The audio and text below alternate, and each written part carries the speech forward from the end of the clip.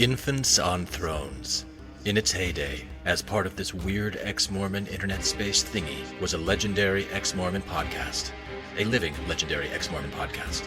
A living legendary ex-Mormon podcast that would live long after lots of other living legendary ex-Mormon podcasts had died. Part of its unique living legendariness stems from its many, many smackdowns. Those times when the infants would read something and then smack it down. This is one of those legendary smackdowns. A classic Infants on Thrones smackdown that made today's weird ex-Mormon internet space thingy what it is today.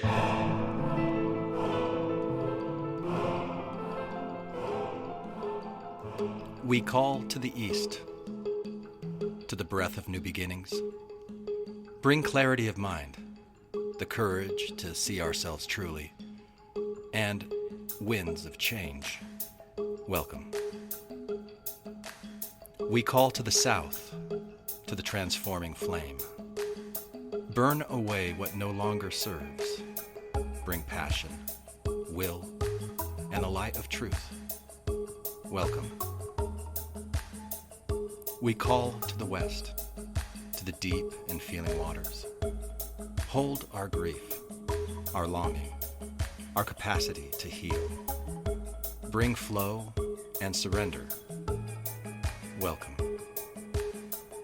We call to the north, to the ancient and patient ground.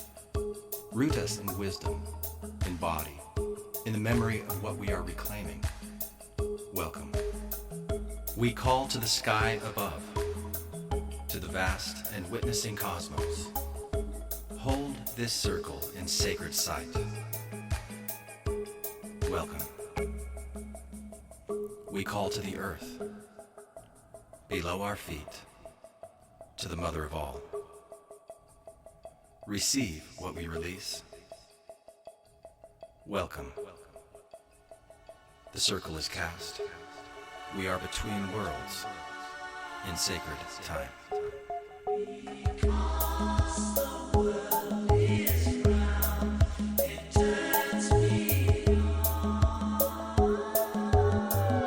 This is Infants on Thrones. Baby steps. You want someone to preach to? The philosophies of men, I like magical toys. You want religion, do you? mingled with humor. I don't believe in them. There will be many willing to preach to you the philosophies of men mingled with humor. We are evolving. Baby steps. You can buy anything in this world of money.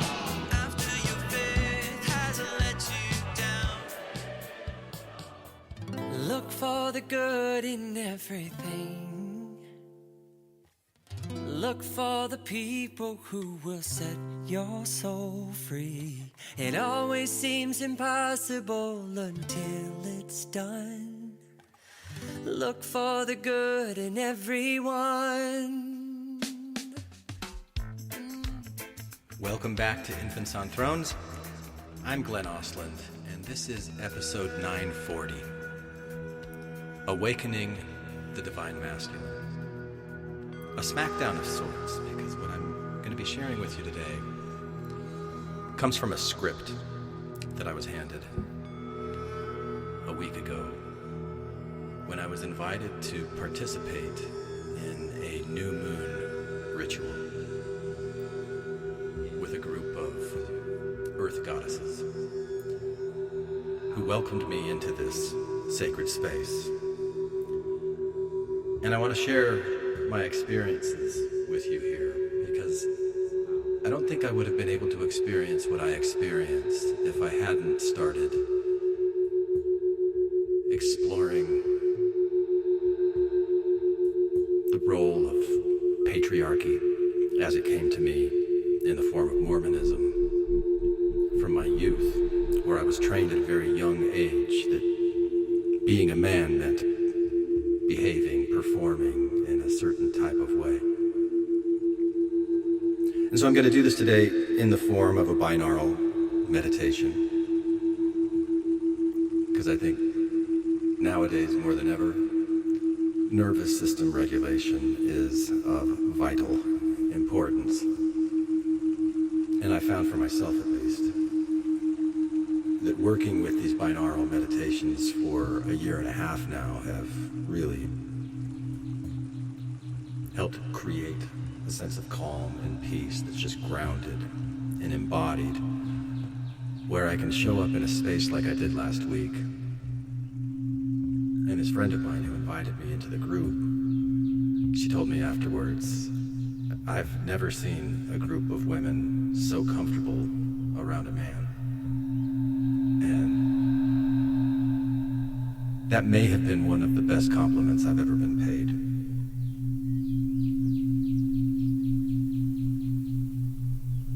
So I would encourage you to put on headphones if you haven't already put on headphones.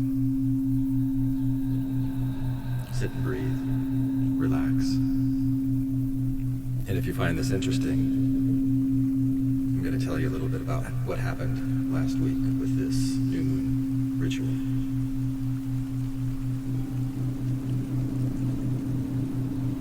We were at a house, and this backyard had a fire pit. And so at a certain time, everyone put on their costumes, you might say.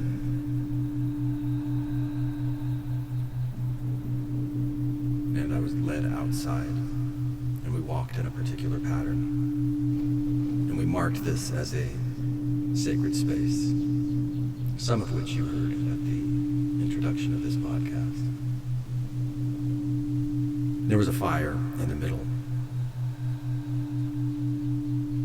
And if any of you have ever participated in a new moon ritual before, it's really this nice symbolic way of looking at your past, your own behaviors, ways of being,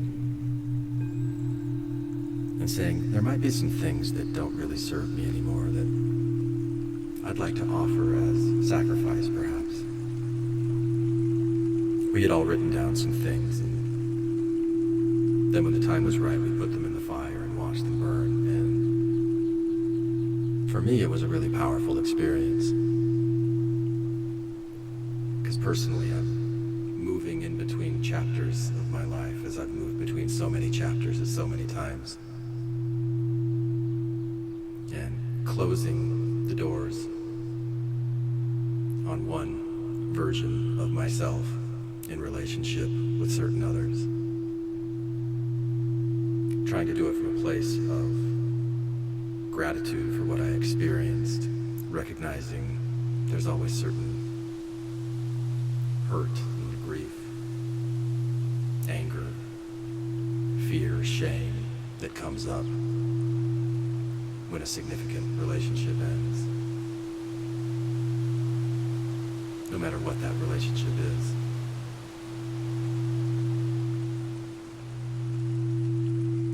And then I stood there within this circle of women who I like to view as earth goddesses.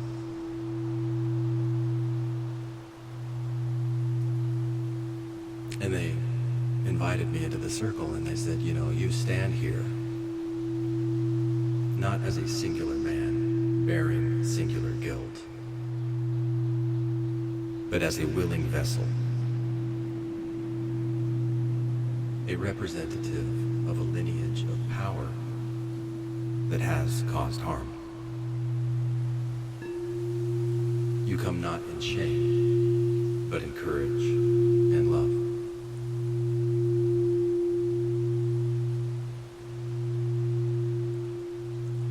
And this was a nice kind of ritual where I was able to bow my head and say yes and feel like I was really in alignment with this, because Infants on Thrones started in 2012. Even before that, I started podcasting with Mormon Expression.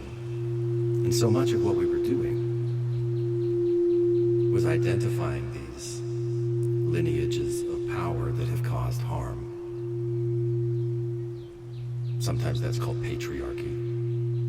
I mean, we have patriarchal blessings. We have a patriarch that's a respected position and title that's held in Mormon tradition.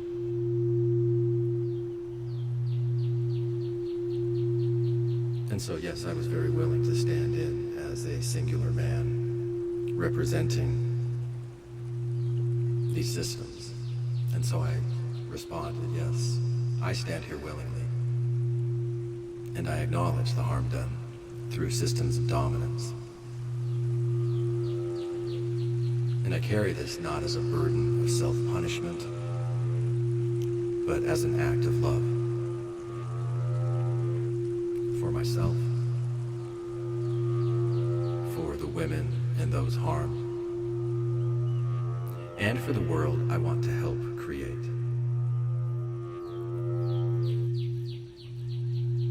And as I stood there reflecting on this experience, I couldn't help but smile and think about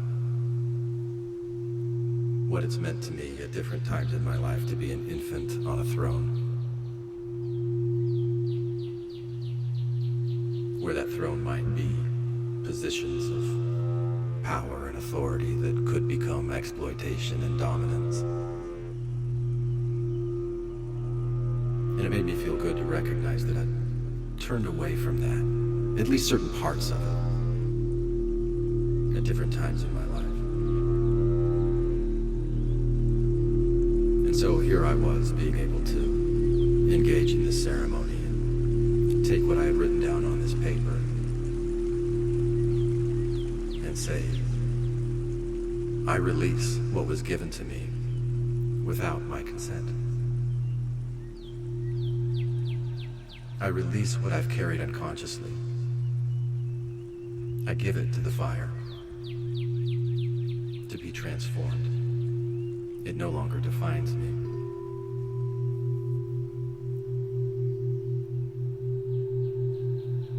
I think about being 8 years old. I was talking to this friend of mine and telling her about baptism. She wasn't raised Mormon, but grew up around a lot of Mormons and always has a lot of questions. And she thought for some reason that Mormons get baptized at age 13, and I said, no, it's age 8, because of course that's the age of accountability. And she said, oh, 8? Accountable? I've had 8-year-olds.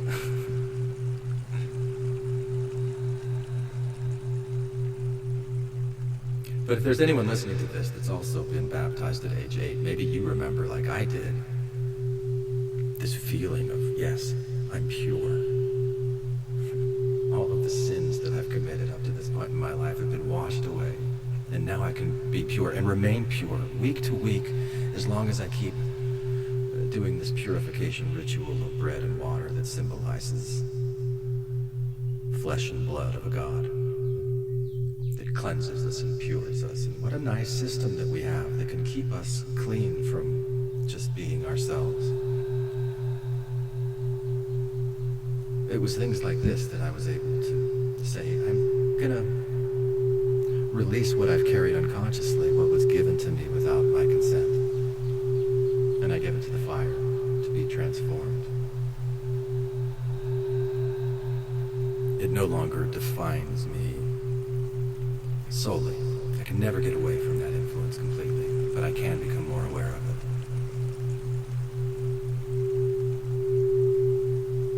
And then came the part of the ceremony where each one of these earth goddesses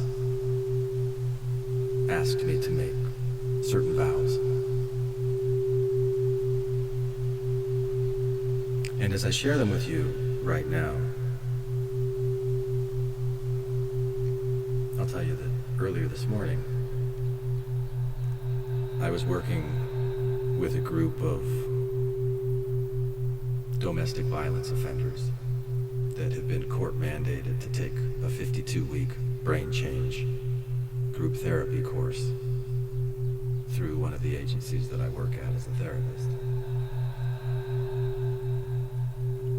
And when I stepped out of the car today, there were a couple of them that were waiting for me, and I've grown my hair out long, and I was wearing it down. Usually I tie it up or put it in a ponytail or something like that. They were ripping me about it a little bit, saying, oh, we've got the Messiah here. It's Hippie Glenn. And I said, yes, my court-mandated disciples. And I've definitely got a story for you today. So these vows that I'm going to be sharing with you right now, I shared earlier today with a group of men who have been shaped by a lot of different types of trauma.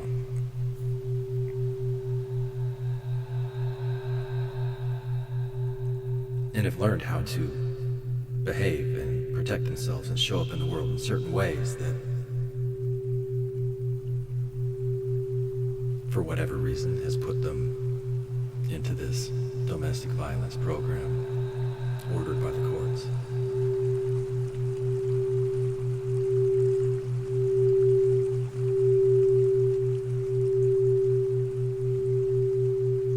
And so I first introduced to them two of the modalities that I use most often when I'm doing my therapeutic work. And the first is polyvagal theory,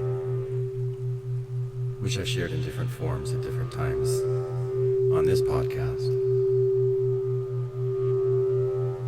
Sometimes using AI voices to take shortcuts in the way that I'm delivering information, but also the way that I'm learning myself. But polyvagal theory basically says that our nervous system, specifically the vagus nerve, is constantly scanning underneath the surface of our awareness, asking one simple question: are we safe? Are things good right now? And when the nervous system registers safety, in whatever ways it's been conditioned to find safety in the world,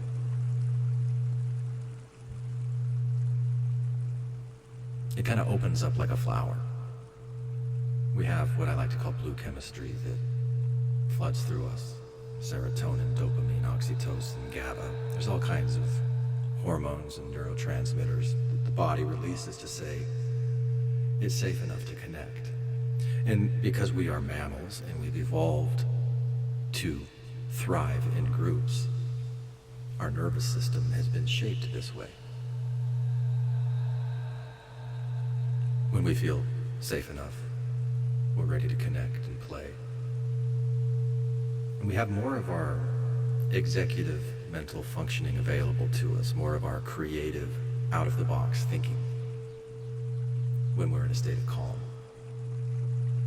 We're able to really think things through and use this power that life has evolved in us to create abstract models of reality, imaginary worlds, and think, if I do this, what's going to happen? Or if I do this, what's going to happen? When we're calm, we can do that. But when we get triggered and we go into a fight or flight state, we might be feeling a lot of fear or anxiety, maybe a lot of anger. Maybe someone bumps up against our pride and we have to protect ourselves against threat or criticism. Or maybe we just have so much courage we're going to try something that we've never tried before. All of this takes energy. And according to polyvagal theory, what happens here is the system registers things aren't exactly right. We're not totally safe right now. Something needs to be done. And we get this, what I like to call red chemistry, the cortisol, the adrenaline, norepinephrine, things like this that get our muscles ready to fight or to flee or to fawn. All these different strategies that we use as a way to try to restore safety when our nervous system is dysregulated and it's seeking regulation. When the balance between blue chemistry and red chemistry goes askew, and when there's so much of this red chemistry over time especially, it can really wear us down. There have been studies that suggest that autoimmune diseases can be linked to prolonged states of anxiety and stress, which is one of the reasons why I work with binaural audio as much as I do. because there aren't many places you can go in the world right now, it seems, without getting triggered by one thing or another. And so when we have an excess of this rare chemistry, we'll go into this dorsal shutdown state where the body says we're going to conserve our energy. And we might feel depressed. Or just lethargic, apathetic. We don't want to move or do anything.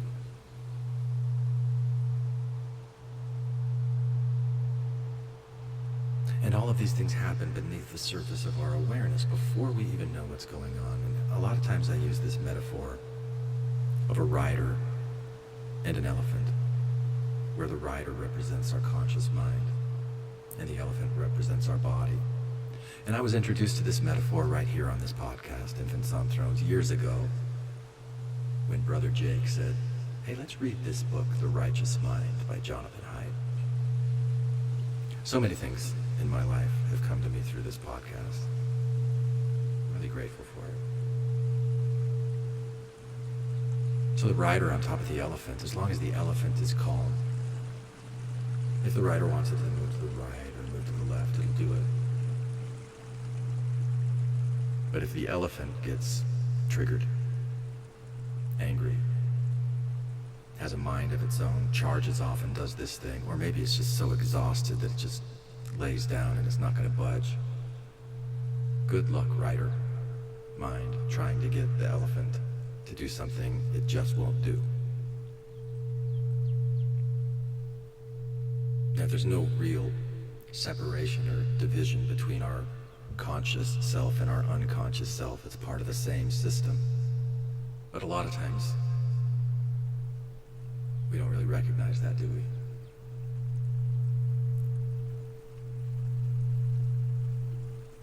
So I described all of this to my DV group today, and then I shared with them these vows that I took and agreed to last Saturday during this new moon ritual.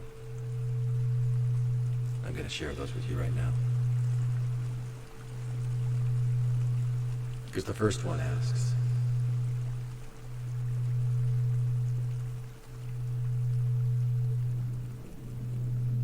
do you vow to listen before you speak? And to believe the experiences of those who have been silenced?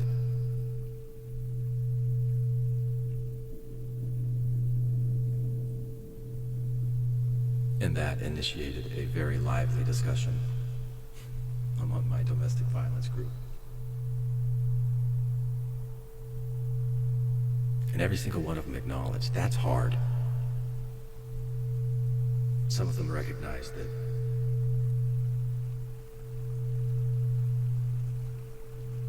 they might not listen completely, because as soon as they hear this one thing, they've already prepared their defenses. They know what they're going to say, or their attack. And they're already convinced they know what the other person's going to do or say. And so they just jump in. And one guy said, I can't believe experiences unless I have enough evidence.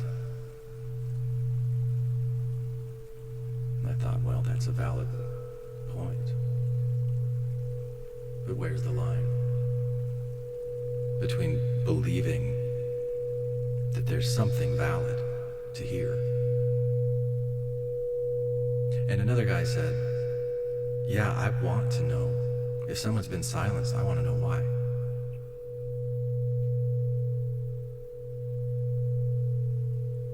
It was a fantastic discussion. And then I turned it back to the board. And another metaphor that I use alongside of the elephant and the rider is this iceberg metaphor, where the tip of the iceberg above the surface of water, this represents our conscious mind, what we're aware of. And then the body of the iceberg is all of our unconscious processes, our neural pathways. This is where polyvagal systems live. And our thoughts and our feelings are created under the surface of our awareness before they pop up. And we're aware of them. And in that sense, it's almost like there are not just individuals and groups in the outside world that have been silenced, but maybe even our own internal systems that we're not paying attention to. Times when our body is hungry and asking us to eat, or times when it's full and asking us not to, or times where we're getting sick, but we push through it. There are a lot of examples that you can think of when your body is saying something and the mind is just not listening to it. Someone around you might say, "What's wrong?" And you look upset. And we might say, "No, I'm fine." When really our body is in a dysregulated state and we're upset, but for whatever reason we don't feel safe enough to acknowledge that or admit it, maybe even to ourselves.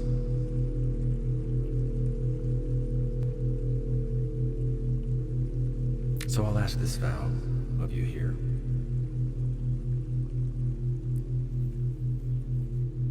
To anyone who's listening, if you might be interested in walking the path of the divine masculine,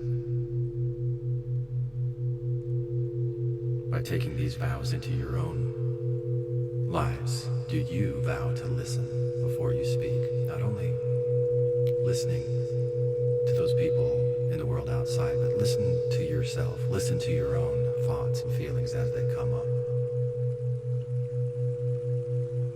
And to believe the experiences of those who have been silenced, even if that's a part of yourself that you haven't given enough attention to.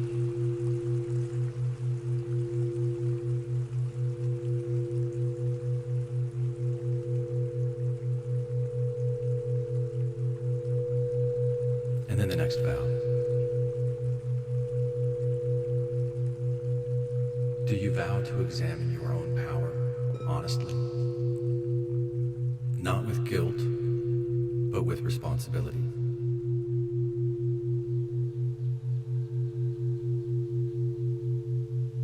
And again, this initiated quite the conversation and debate amongst the guys in this group. Some even wondering what power we're talking about in the first place. What does that mean? And so we broke it down. First, what does it mean to examine? To really take the time to explore, to be curious.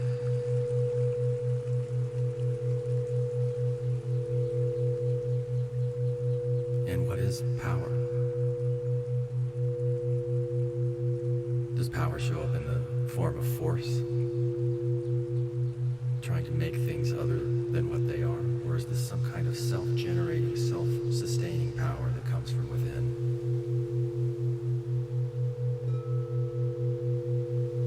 The power to think, the power to act, and the power to feel. All of these things that are part of these unconscious processes that we just inherit. And what are we doing with that power? Do you vow to examine your own power honestly?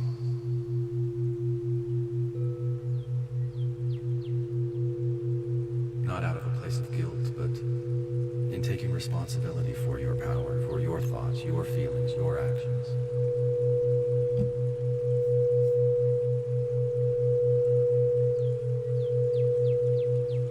And of course, in this ritual that I was in a week ago, I said yes to all of these vows. And have continued to reflect on them afterwards. In fact, I'm doing it again right now, right here, sharing this with you.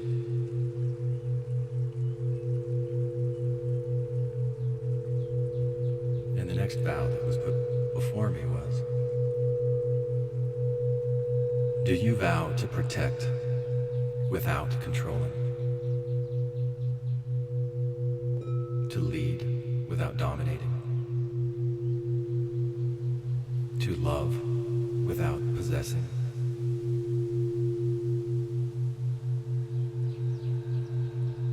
And it was so fun to look out at the faces of the guys in this group, and some of them were just like eating this up. They're like, man, that is deep, that is so cool that you had this experience. And it made them interested in themselves. And then there were other guys that were like, this is too hard. That's crazy. And what does it even mean? To protect without controlling, or to lead without dominating, or to love without possessing. And one of the guys in my group said, you know, I was raised in a Latino culture, and I watched the relationship between my mom and my dad. And my dad did certain things, and my mom did certain things, and that's kind of just what I expect. You know, when I go out and I come home from a day of work, I expect food. But I'm also willing to then go and do the dishes, to clean up when I need to clean up. But there's times where I'll see my lady put on a certain outfit and I'll say, nah. I'm not letting you wear that out.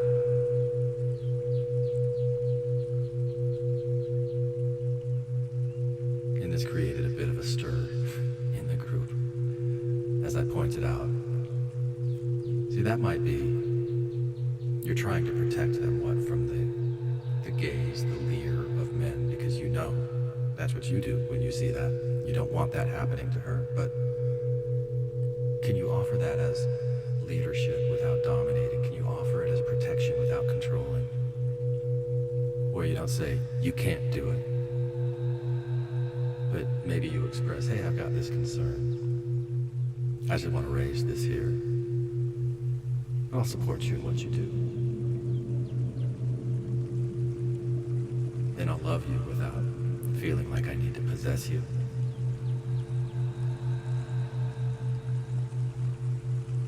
Now that was a really interesting discussion.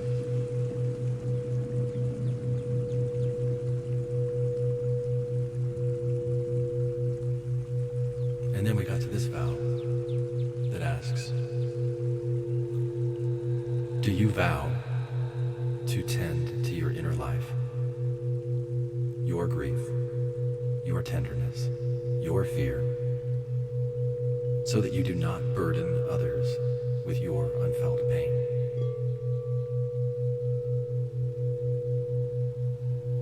And again, this one guy that was sitting in the front of the group, he just had this smile in his eyes this whole time. He thought this was the coolest thing. He's like, yeah, man, that's hard.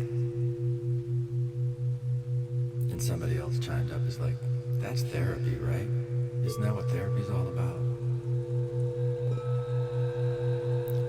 I said, yeah, when it's done right.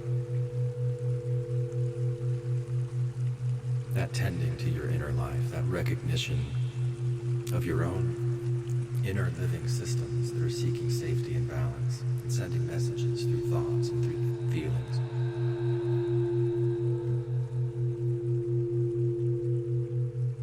And I shared with them how the brain works as a prediction engine.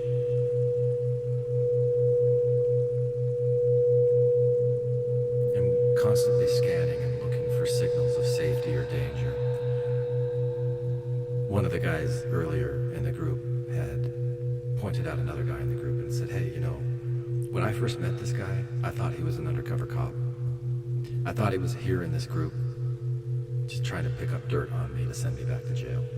And everybody laughed. And then at this point I used that as an opportunity to say, look, here's what happened. Your brain, based on your past experience, there's something about this guy. Maybe the way he looks, maybe the way he sounds, something that reminded you of some past event that made you feel like, I cannot trust this. And so your brain creates this story. This guy's an undercover cop. And so he avoided him. It took him a long time to become friends with this guy. He didn't like him for a while. Not because of anything that this other guy had actually done.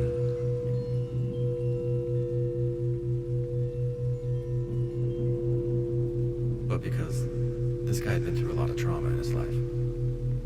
He didn't know what to trust. And it took a while.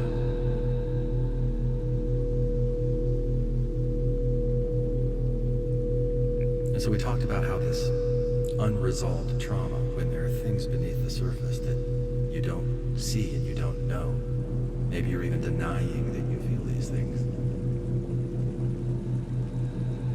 can have this impact in the outside world with other people, with your relationships.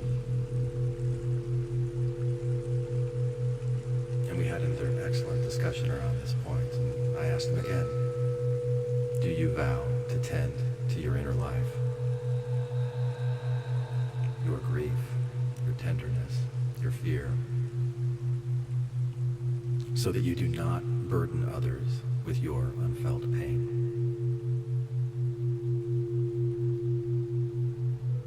And not all of them were agreeing to this, and cupcakes were on the line. But if I'm being honest, they all got cupcakes anyway, so nobody really needs to worry. And then finally, the last vow was,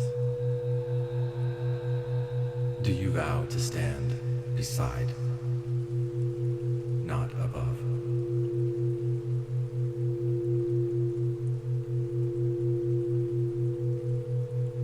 And of course, they started thinking about different power dynamics they have in relationships, whether that's with girls that they're with or workplace situations, where they are in the justice system, their relationship with their parole officers, all the requirements they have to get off of probation, the challenges that they have finding employment, sometimes finding housing.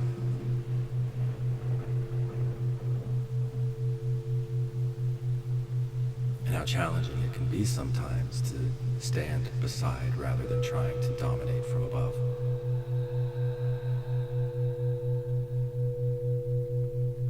And also how difficult it can be to recognize that line between the things that you actually can control and the things that are far outside of your control.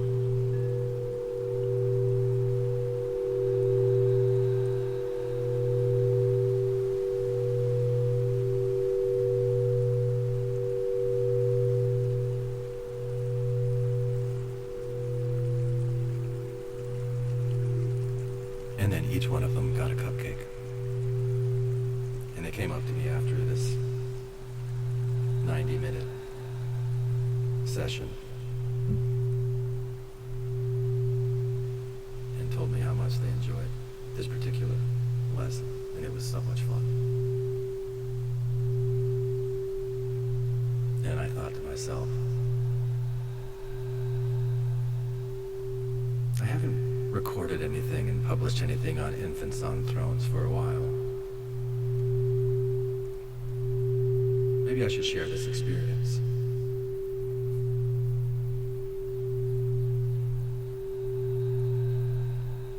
And so I did, in the form of a sneaky smackdown, maybe a gentle smackdown.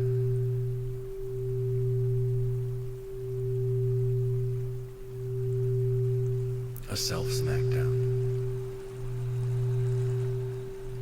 where I can ask myself, how am I doing in these areas? Because as I mentioned earlier,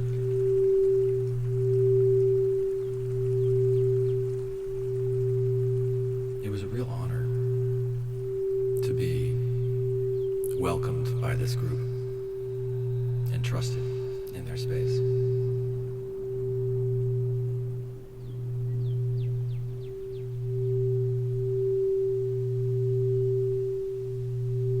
There's a lot of toxicity out there in the world, and sometimes it's hard to recognize what we have control over and what we don't. But this commitment to look inward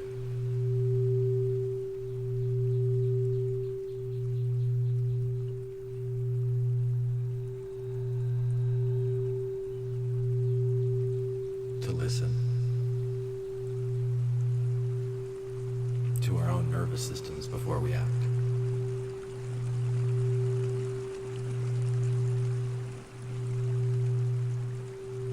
To believe the experiences of those who have been silenced.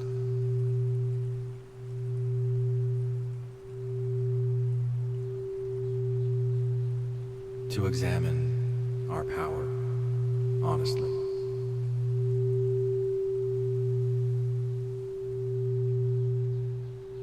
From a place of responsibility.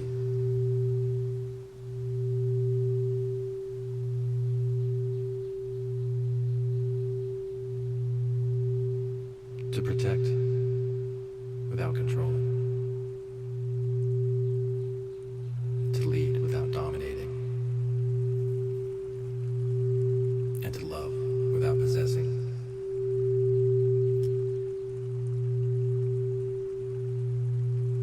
To tend to our inner lives, our grief, our tenderness, and our fears,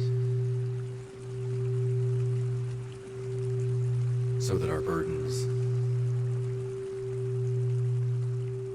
are unhealed, unexamined wounds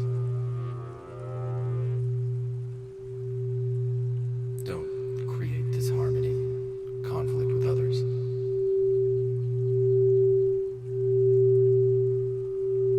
Where we can vow to stand beside one another, rather than above, condescending, judging.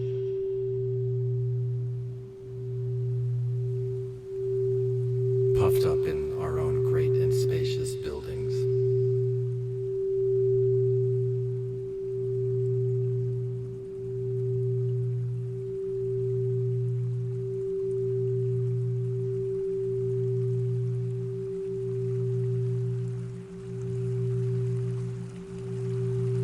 And so I guess I want to bear my testimony.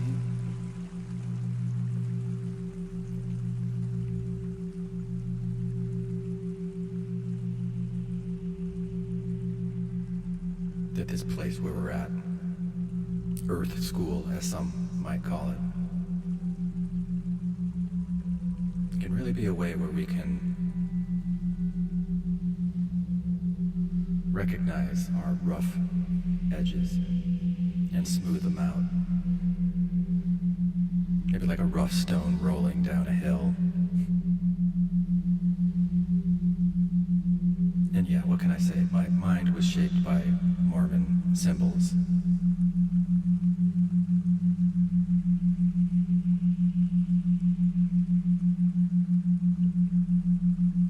And my actions and behaviors were shaped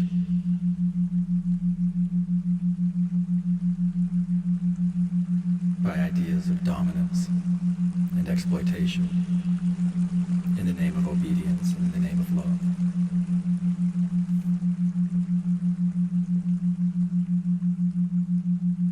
And how ironic that I now look at the church that formed me and often think they speak of the divine masculine with their lips, but their actions and hearts are far from that. At times. In this journey out of Mormonism for many of us have parallels with other patriarchal systems. And other people have their journeys and their stories.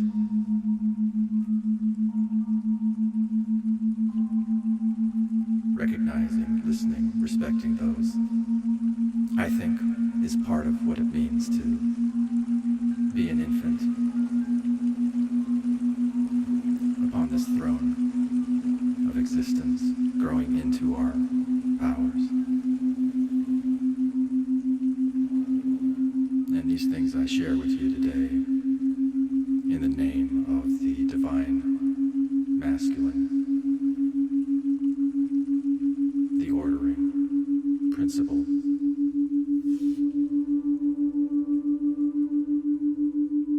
To embrace and encourage and support